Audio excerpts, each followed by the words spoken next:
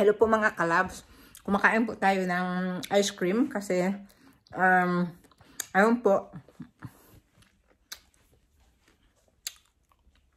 Ano po ito?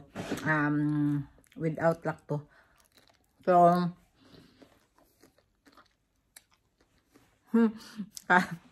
kain mo kam.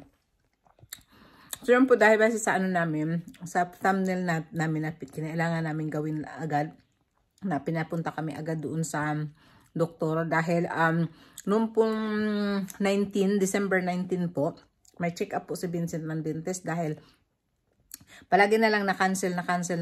So, nung time na yun, tumawag ako, sabi ko paano yan, hindi na natingnan yung ipin ni Vincent. So, ngayon, nung pagbilang sa ipin ni Vincent, kulang ng isa. Kaya sabi nung doktor, dentist, na anong nangyari? Bakit kaya kailangan itong i-check? So, pina-x-ray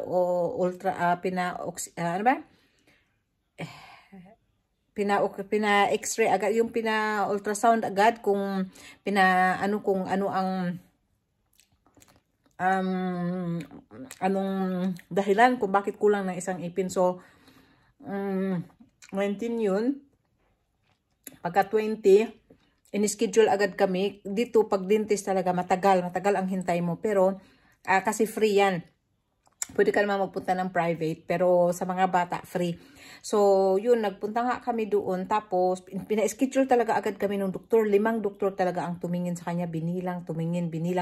Talagang kulang talaga ng isa. So, ayun, nagpunta kami doon sa isang place, parang i-ultra yung ano niya. Yung kinuhanan ba ng, ano ba tawag niyan? X-ray? X-ray ba yan? X-ray ba tawag niyan? Hindi ko na alam kasi röntgen sa amin, röntgen. Tingnan mo, nakakalimutan ko na yung ibang mga words, no? So, kinuhanan, tapos nung, kinuhanan ng 21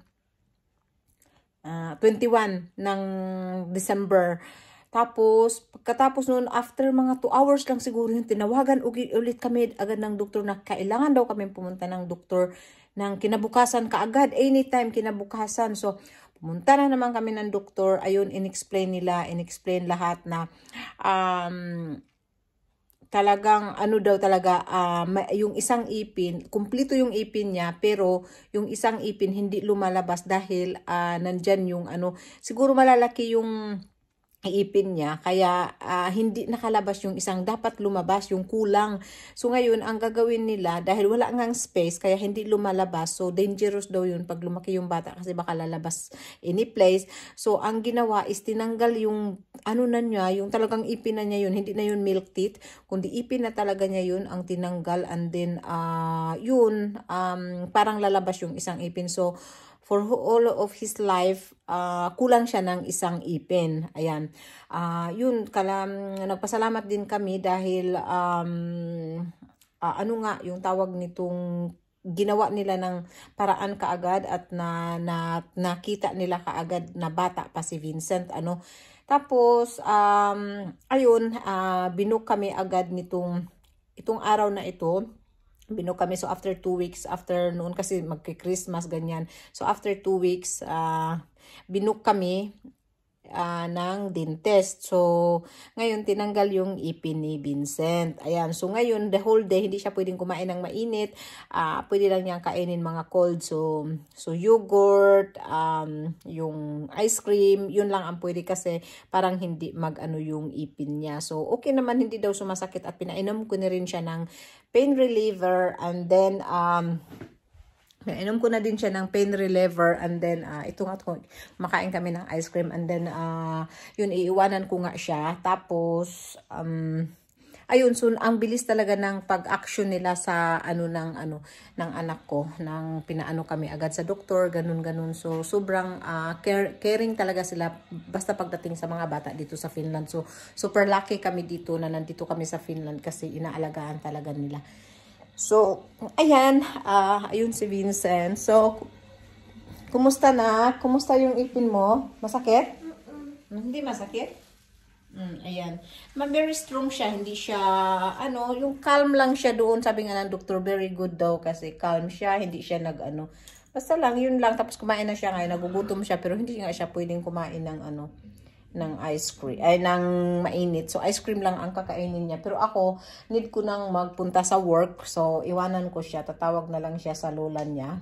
And then, iwanan ko siya. Tapos darating din naman na si David. So, mag-change lang kami ng So, ayun lang po ang ating update for today. At baka mag-continue ako kunti sa car. So, see you! Hello sa lahat ng ating mga viewers dyan. Kumusta kayo? Ayan, dito kami sa bahay. Nag-ano si Vincent na, ano yun ah? Ilta? Italiano. Vincent, paano magsabi ng good morning in Japanese? Wait. No, I'm telling good evening. evening. Oh, good evening. Wait. Konbanwa. Kumbangwa. Konbanwa. Nag-ano sila ng Japanese kung paano-ano kasi si Vincent nag-umpisa na ngayon ng Swedish. So, mayroon siyang Swedish, German, English, Finnish, Italian, Ohio. Filipino. 6 language na yung nasa Morning. Ohio. nasa ano na niya. Ohio. Oh, ano siya, interesting siya sa mga languages. So, nag-ano sila ng mag-ama. Say hello. Uy.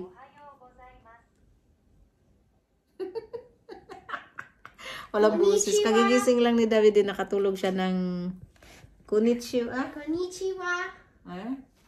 Meaning, sabihin mo nga. Konnichiwa. Anong konnichiwa? Hi. Konnichiwa. Wait.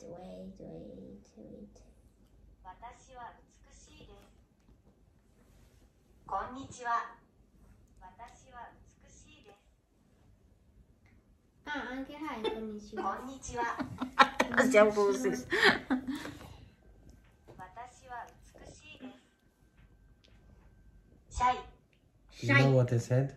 No. I'm handsome. Wait.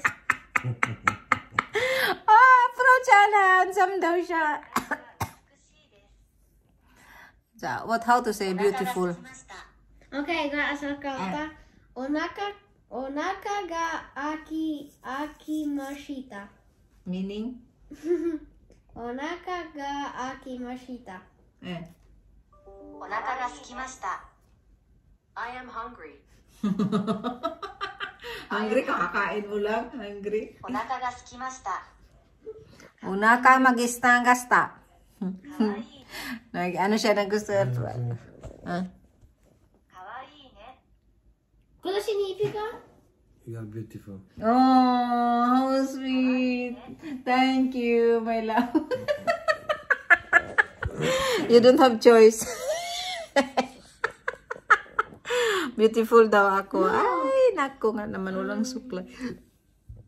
Ito kami sa table kasi nag-ano kami ng language dahil si Vincent meron siya homework ng Swedish. So, ginagawa namin. Tapos sabi niya, paano daw sa, ano ba yan? Sa Japanese.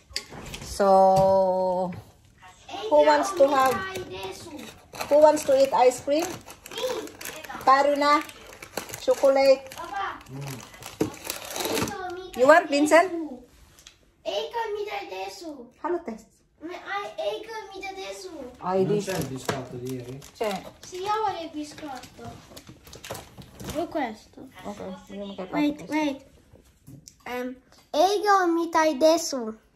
Ano ibig sabihin yan? Desu. Wait. Ito lang 映画を ang... 見たいです。I want to watch a movie. Uwami tayo dito. Ayan yung freezer namin. O, yan ang gusto kong i-empty. Paano namin yan i-empty? Gusto kong i-empty yan kasi punong-puno at wala nang pambili ng pagkain. So, ito na lang kainin mo. So, kakain kami ng ice cream kasi ang dami naming biniling ice cream kahapon dahil nga si Vincent yung yun na sa doktor na hindi siya pwede. Ha? 賢すぎる。 Ano sinabi mo? Sono troppo intelligente. 賢すぎる。 You are very intelligent. Yeah, so now kakain lang kami ng ice cream. Sorry po. Sorry lang po. Sorry na. Sorry na. Ay, nabingka na. Ayan na. Ay, ano ba yan? Wala kasi akong holder ng telephone. Tinawanan ako ni Vincent. Ayan po, kakain kami ng ice cream. At mag-ready na rin to bed kasi tomorrow 5:50 ang alarm ko. Mamma, dimmi questo. 550? あなたはとても賢いです。 Mamma, tu mi devi dire questo. Ah? あなたはとても賢いです。 Anata ka matuda ko yes. No, anata va Anata totemo. batuta temo. No, anata Anata batu. totemo. Anata batu temo. Kashikoi desu. Kashi koi desu. Anata matuta temo kashi mai guzisu. L'hai detto. You tell me you're so intelligent. Because I'm intelligent, you can do it for me. You can say it for me. Ayan, pakita nyo yung ice cream nyo. Dito, be. Ayan, oh. Ito lang, simple life lang kami. Oh, ayan, kalat ng lamisa namin. Puno ng bulaklak, may kandila, may Santa Claus pa kami. What is the flavor of that? What? Vanilla. Vanilla. You don't have taste? I have cold. May COVID daw si David eh. Really? Vincent, anong flavor ng sayo na? Wait. I have the flavor. Malamig kasi sa labas, kaya hindi ka pwedeng maglabas-labas. Oh, not Japanese. Wait. Minto. Minto, pareha lang pala. Minto in Japanese. What? Shout out kay Stefania day. Shout out Stefania. Ciao Stefania. Stefania. Alla? Jag är hemma. Jag är hemma. I'm home. Konnichiwa, Stefania.